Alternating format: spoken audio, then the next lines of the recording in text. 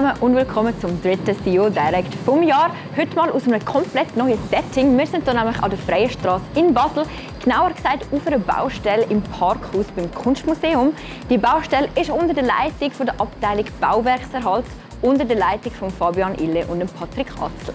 Bestehende Autoeinstellhallen sind besonders durch salzhaltiges Wasser von der Straße anfällig für Korrosionsschäden am Stahlbeton. Genau das ist hier auch passiert. Aber bevor wir jetzt die Baustelle betreten und mal reinschauen, Safety first. Heute leider ohne Velo, lieber Olivier.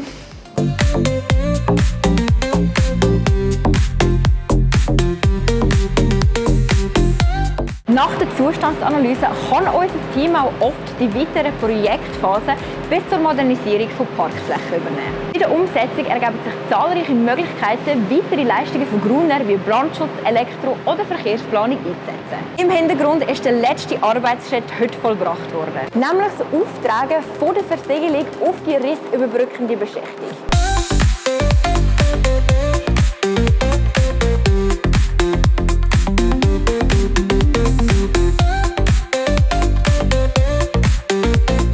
Ich überlasse das mit den Facts für heute aber lieber am Olivier. Er ist sich nämlich gerade am Ready machen für die Baustelle. Gehen wir doch mal schauen.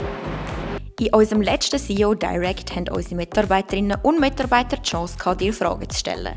Wir haben die zwei spannendsten herausgesucht. Frage Nummer 1. Du hast ja auch Landwirt gelernt. Was hat dich persönlich dazu bewegt, im Ingenieur- und Planungsbereich Fuß zu fassen? Was fasziniert dich an dieser Branche?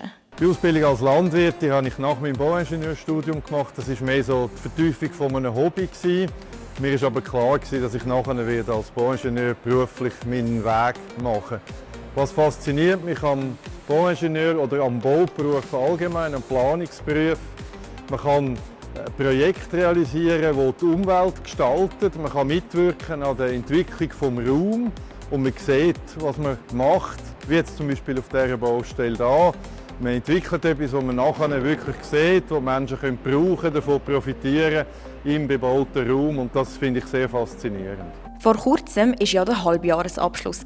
Kannst du uns etwas über das Ergebnis erzählen? Das erste Halbjahr war recht erfreulich. Wir haben sowohl Umsatz als auch Ertrag steigern. Der Mitarbeiterbestand ist per 30.06. 1218 Mitarbeiter.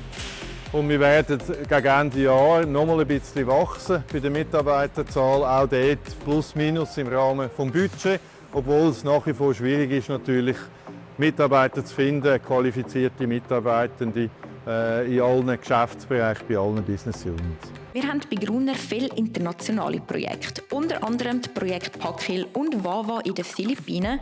Kannst du uns ein paar spannende Insights geben? Beide Projekte Packhil und Wawa sind Pumpspeicherprojekte, die im Zusammenhang natürlich mit erneuerbarer Energie jetzt neu lanciert worden sind.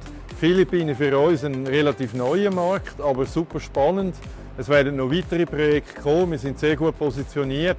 Und ich glaube, für die nächsten 10, 15, vielleicht 20 Jahre werden wir in den Philippinen einen spannenden Markt aufbauen und unser Know-how mit unseren Fachspezialisten einbringen.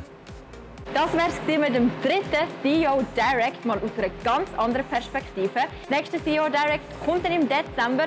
Wir sehen uns also wieder in den Winterkleidern und mit einem Glas Glühwein. Macht's gut und bis dann.